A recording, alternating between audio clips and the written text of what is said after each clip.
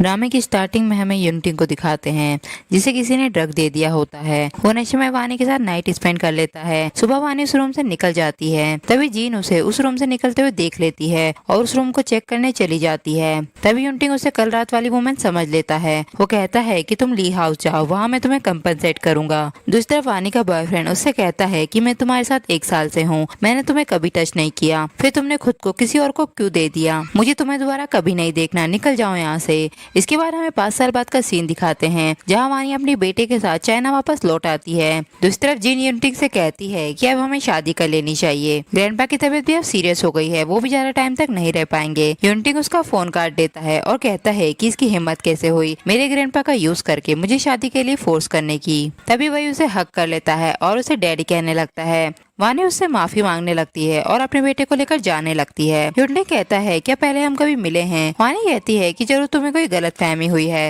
यूनटिंग कहता है कि इस बच्चे के फादर कहाँ हैं? वानी कहती है कि उनकी तो डेथ हो चुकी है। फ्लैशबैक में दिखाते हैं कि यूनटिंग के ग्रैंडपा उससे शादी करने के लिए जिद करते हैं। वो कहते हैं कि मरने से पहले मैं अपने ग्रैंडसन को देखना चाहता हूँ, तुम शादी करने में देरी मत करो। प्रेजेंट में यूनटिंग वानी से कहता है कि मैं इस बच्चे का फादर बन सकता हूँ, मैं भी शादी के लिए लड़की ढूंढ रहा हूँ, अगर तुम रेडी हो तो हम शादी कर सकते हैं। वानी कहती है क्या तुम पागल हो गए हो, हम तो एक दूसरे को जानते भी नहीं है। फिर वो उसे पैसे निकाल कर देने लगती है और कहती है कि मेरे बेटे ने तुम्हें परेशान किया है, उसके लिए तुम्हें फीस रख लो। यूनटिंग कहता है कि अगर तुम मुझसे शादी करोगी तो मैं तुम्हें 20 मिलियन दूंगा। वानी कहती है कि बकवास करना बंद करो और हमारा पीछा करना छोड़ दो। इसके बाद वानी अपने डैड के घर आ जाती है जहाँ फैंग भी आकर उससे माफी मांगने लगता है। वो कहता है कि मैं तुम्हें 5 सालों से ढूंढ रहा हूँ, मुझे अब पछतावा हो रहा है, तुम्हारी कोई गलती नहीं थी, मैंने तुम्हें बुरा ट्रीट किया था। वानी कहती है कि पहले जो कुछ भी हुआ है वो बीत चुका है, तुम उसके लिए खुद को ब्लेम मत करो। फैंग उससे कहता है क्या तुम सब कुछ भूलकर दोबारा मेरी गर्लफ्रेंड बन सकती हो? वानी कहती है कि अब तो मेरा एक बेटा भी है। फैंग कहता है कि मैं उसे अपनी बेटी की तरह मानूंगा, मैं उसका फादर बनने के लिए रेडी हूँ। वानी कहती है कि तुम चैन फैमिली के सबसे बड़े बेटे हो, तुम्हें तो हर तरह की लड़की मिल सकती है, फिर तुम्हें मुझसे शादी क्यों करनी है?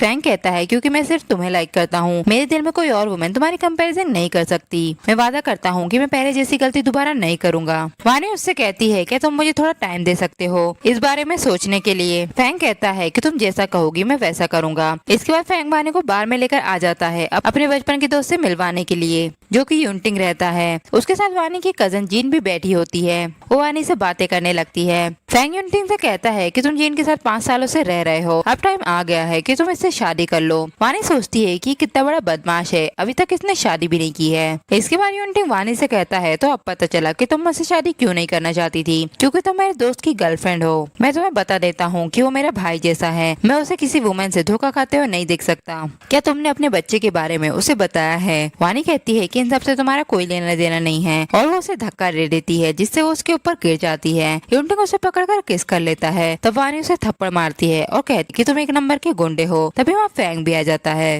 वानी वहाँ से नाराज होकर चली जाती है। यूनटिंग फैंग से कहता है कि मैं पहली बार देख रहा हूँ कि तुम किसी लड़की की इतनी परवाह कर रहे हो, तुम इस टाइम इतनी सीरियस क्यों हो? फैंग कहता है क्योंकि मैंने उसे पहले खो दिया था, इस बार मैं सिर्फ उससे ही शादी करूंगा। इसके बाद जीन वानी और उसके बेटे को ली हाउस में बुलाती है। फिर वो उसके बेटे को खाना खिलाने के नाम पर दूसरे रूम में ले जाती है जहाँ प्लेट टूटने पर वो वहीं पे चिल्लाने लगती है। तभी वहाँ वानी भी आ जाती है और जिन से कहती है कि ये क्या हो रहा है। जिन कहती है कि तुम्हारे बेटे ने प्लेट तोड़ दी है और ये अपनी गलती भी नहीं मान रहा है।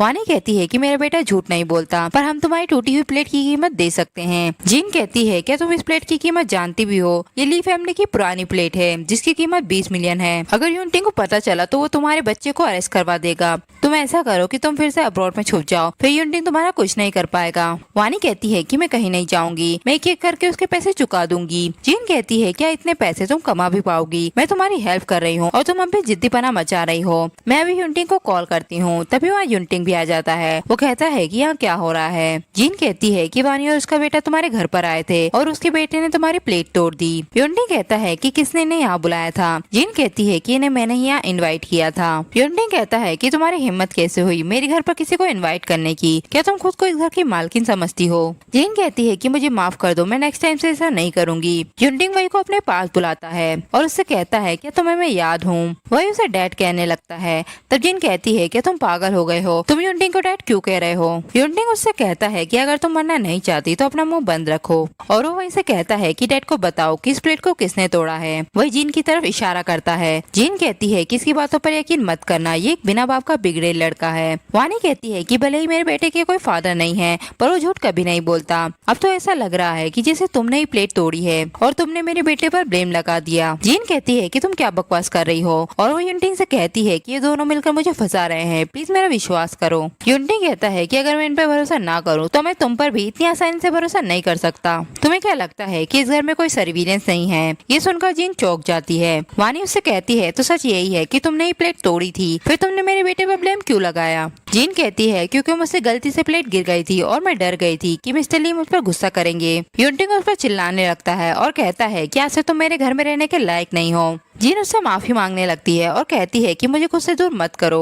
युनटिंग कहता है कि अगर तुम खुद से नहीं जाओगी तो मैं तुम्हें घर से निकलवा दूंगा और याद रखना कि कंपनसेशन के 20 मिलियन मुझे 3 दिनों के अंदर मिल जाने चाहिए, वरना मैं जी हाउस में घुसकर तुमसे पैसे लेने आ जाऊंगा। इसके बाद युनटिंग वानी से कहता है कि तुम मुझे थैंक यू करना चाहती हो। वानी कहती है कि तुम्हारी वुमन ने हमारे ऊपर गलत ब्लेम लगाया था। युनटिंग कहता है कि वो मेरी वुमन नहीं है, मैंने 5 सालों तक उसे टच भी नहीं किया है। वानी कहती है कि मुझे ये बताने की कोई जरूरत नहीं है और वो अपने बेटे को लेकर चली जाती है। तभी सेक्रेटरी वानी की इन्फॉर्मेशन लेकर युनटिंग के पास आ जाता है। वो कहता है कि 5 साल पहले उस रात वो भी उस होटल में थी। मिस जीन और वो एक इवेंट को अटेंड करने आई थी, वो दोनों उसी होटल में रुकी थी। इसके बाद जीन अपने डैड से कहती है कि युनटिंग ने मुझे वानी के लिए घर से निकाल दिया, उसे मुझ पर अब डाउट होने लगा है। उसके डैड कहते हैं कि तुम चिंता मत करो, 5 साल पहले की सर्विलेंस को डिस्ट्रॉय कर दिया गया है। वानी और युनटिंग कभी एक दूसरे को नहीं पहचान पाएंगे और उन्हें कभी सच का पता नहीं चल पाएगा। जीन कहती है पर उस युनटिंग को वानी में इंटरेस्ट आने लगा है। युनटिंग सिर्फ मेरा है, हमें उस वानी को इस शहर से बाहर निकालना होगा। दूसरी तरफ वही डैड की जिद करने लगता है। वानी के डैड कहते हैं कि ऐसा क्या हो गया है, जब से ये वापस आया है तब से ही डैड के लिए रो रहा है। अब तुम्हें अपने बच्चे के लिए फादर को ढूंढ लेना चाहिए। फेंग एक अच्छा लड़का है, वो तुम्हें लाइक करता है। वानी कहती है पर वो बेटर डिजर्व करता है। उसके डैड कहते हैं कि तुम्हें डर है कि वो तुम्हारे बेटे को बुरा ट्रीट करेगा। तभी वानी को जीन का कॉल आता है। वो उससे कहती है कि मुझे तुमसे माफी मांगनी है।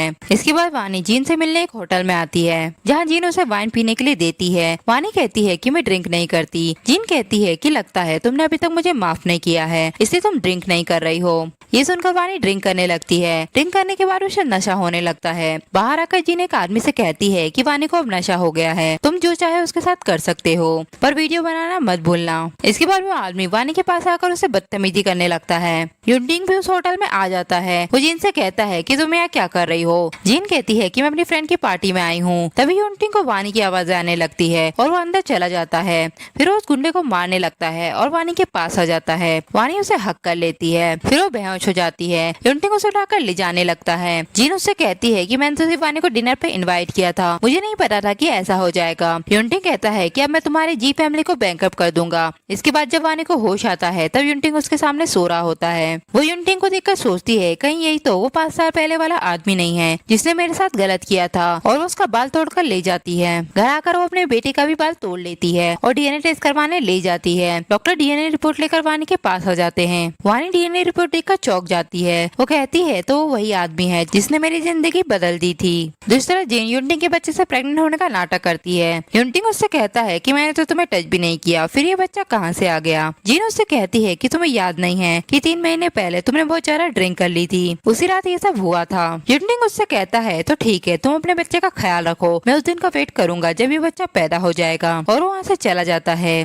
इसके बाद वो अपने सेक्रेटरी से कहता है कि जिन की इन्वेस्टिगेशन करो और पता करो कि वो किसके बच्चे से प्रेग्नेंट है। तभी वहाँ हॉस्पिटल में वो वानी को देख लेता है। वो कहता है कि तुम हॉस्पिटल क्यों आई हो, क्या तुम बीमार हो। वानी कहती है कि तुम्हारा इससे कोई लेना देना नहीं है। युनटिंग कहता है तो तुम अपने सेवियर को इस तरह से ट्रीट करना चाहती हो। वानी कहती है तो तुम और क्या चाहते हो, क्या मैं अपनी लाइफ तुम्हें दे दूं। युनटिंग कहता है कि आज तुम्हें क्या हो गया है, तुम इस तरह से बातें क्यों कर रही हो। वानी वहाँ से जाने लगती है। तभी युनटिंग उसका हाथ पकड़ लेता है। वो कहता है कि जिन प्रेग्नेंट है पर मेरा उसके बच्चे से कोई लेना देना नहीं है, मैंने उसे हाथ भी नहीं लगाया है। वानी कहती है है कि ज्यादा सेंटिमेंटल होने की जरूरत नहीं है, मैं दोबारा तुम्हें कभी नहीं देखना चाहती।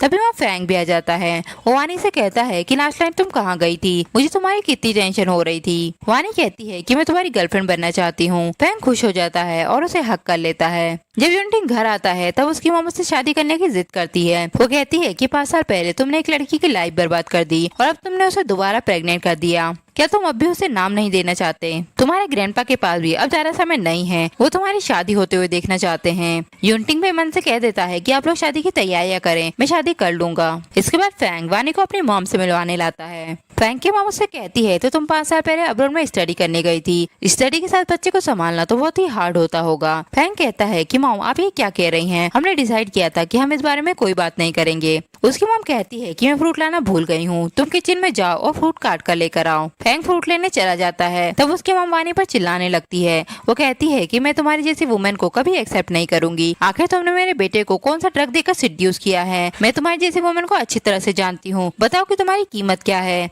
वानी कहती है कि मुझे पैसे नहीं चाहिए, मैं आपके बेटे को छोड़कर जा रही हूँ। फ्रैंक वानी को मनाने आ जाता है। वो कहता है कि तुम रो क्यों रही हो, क्या मेरी मॉम ने तुमसे कुछ कहा है? वानी कहती है कि उन्होंने मुझसे कुछ नहीं कहा है, मैंने बस अपना माइंड चेंज कर लिया है, हमें अब ब्रेकअप कर लेना चाहिए। फ्रैंक कहता है कि जरूर मेरी मॉम ने ही तुमसे कुछ कहा है और वो उसे लेकर जाने लगता है। वानी कहती है कि मैं तुम्हें लाइक बिल्कुल भी नहीं करती, मैं तो सिर्फ अपने बेटे के लिए फादर ढूंढ रही थी, पर मुझे नहीं लगता कि हमारे बीच कुछ हो पाएगा, और वहाँ से चली जाती है। घर आकर फ्रैंक अपनी मॉम से पूछता है कि आपने वानी से ऐसा क्या कहा कि उसने मुझसे ब्रेकअप कर लिया। उसकी मॉम कहती है कि तुम कितने आउटस्टैंडिंग हो, तुम्हें तो कोई भी लड़की मिल सकती है, फिर तुम उस बेशरम लड़की से शादी क्यों करना चाहते हो? फ्रैंक कहता है तो आपने इसी तरह से वानी से बात की थी। उसकी मॉम कहती है कि मैंने जो कहा वो सच कहा, उसकी जैसी वुमेन हमारी फैमिली में एंटर होने के लायक नहीं है। फ्रैंक कहता है कि अगर मैं उसे शादी कर लूंगा तो आप क्या करेंगी? उसकी मॉम कहती है फिर मैं तो अपनी फैमिली में से एक पैसा भी नहीं दूंगी। फ्रैंक कहता है कि मुझे आपका पैसा चाहिए भी नहीं, और वहाँ से चला जाता है। जब वानी अपने घर आती है तो उसके डैड बेहोश पड़े होते हैं। वो उन्हें उठाकर हॉस्पिटल ले आती है। डॉक्टर कहते हैं कि उनके ब्रेन में ब्लड क्लॉट बन गए हैं, हमें ऑपरेशन करना होगा, पर ऑपरेशन के सक्सेस होने की रेट बहुत कम है। अभी आपको डिसाइड करना है कि आपको सर्जरी करनी है या नहीं। दूसरे सेक्रेटरी यूनटिंग को वानी के डैड की सारी कंडीशन बता देता है। यूनटिंग कहता है कि उसके पास फ्रैंक जैसा बॉयफ्रेंड है, दोबारा ऐसा मैटर मेरे पास लेकर मत आना।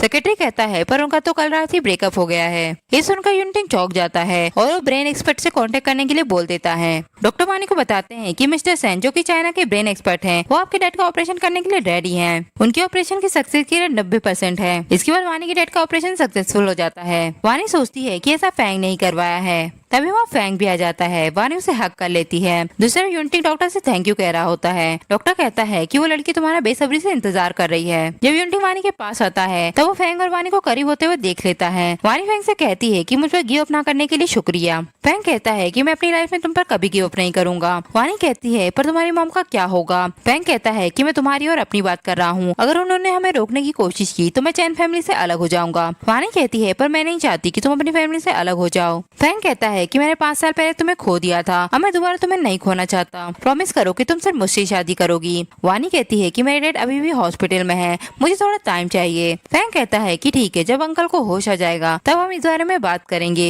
ये सब सुनकर यूनटिंग को गुस्सा आ जाता है। तभी सेक्रेटरी से आकर बताता है कि 5 साल पहले वो लड़की मिस वानी थी। इसके बाद वो वानी के पास आ जाता है और उसे खींचकर बाहर ले आता है। फिर वो उसे किस करने लगता है। वानी उसे थप्पड़ मारती है और कहती है कि अब तुम जिनसे शादी करने वाले हो। यूनटिंग कहता है कि मुझसे शादी नहीं करूंगा, मैं तुम्हारे साथ रहूंगा। वानी कहती है कि अब मैं फ्रैंक की फियांस हूँ, हमारी जल्दी शादी होने वाली है, दोबारा मुझे परेशान मत करना वरना मैं उसे बता दूंगी।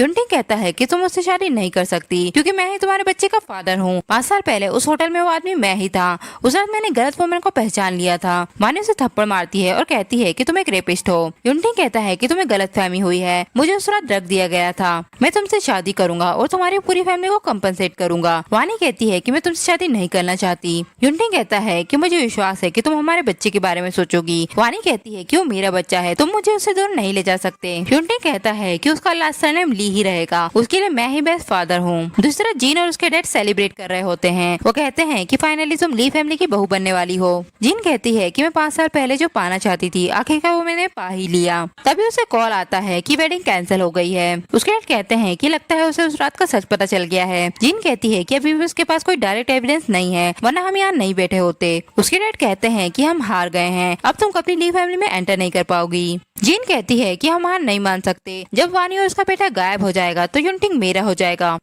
इसके बाद वानी के डैड को होश आ जाता है। वो वानी से वही के बारे में पूछते हैं। वानी कहती है कि वो मेरी फ्रेंड के पास है। तभी उसे उसकी फ्रेंड का कॉल आता है। वो कहती है कि वही किडनैप हो गया है। इसके बाद वानी युनटिंग के पास आ जाती है और उसे कहती है कि तुमने मेरा बच्चा कहाँ छुपा रखा है, उसे मुझे वापस दे दो। युनटिंग कहता है कि मैंने बच्चे को किडनैप नहीं किया। वानी कहती है कि अगर तुमने ये नहीं किया तो फिर किसने किया है, और वो वहाँ से चली जाती है। तभी उसे जीन का कॉल आता है। वो कहती है कि अगर तुम अपने बच्चे की सलामती चाहती हो तो मुझसे मिलने अकेले आ जाओ। वानी जीन से मिलने आती है। वो उससे कहती है कि तुम इस शहर को छोड़कर चली जाओगी तो मैं तुम्हारे बेटे को वापस कर दूंगी। वानी कहती है कि तुम ये सब युनटिंग की वजह से ही कर रही हो ना। जीन कहती है कि हाँ वो मेरा है, मैं नहीं चाहती कि तुम मुझे उससे दूर ले जाओ। वानी कहती है कि तुम्हें गलतफहमी हुई है, मैं उससे नफरत करती हूँ। मैं प्रॉमिस करती हूँ कि मैं तुम्हारे बीच में कभी नहीं आऊंगी। जीन कहती है कि मुझे तुम्हारा प्रॉमिस नहीं चाहिए, जब तुम गायब हो जाओगी तभी मुझे राहत मिलेगी।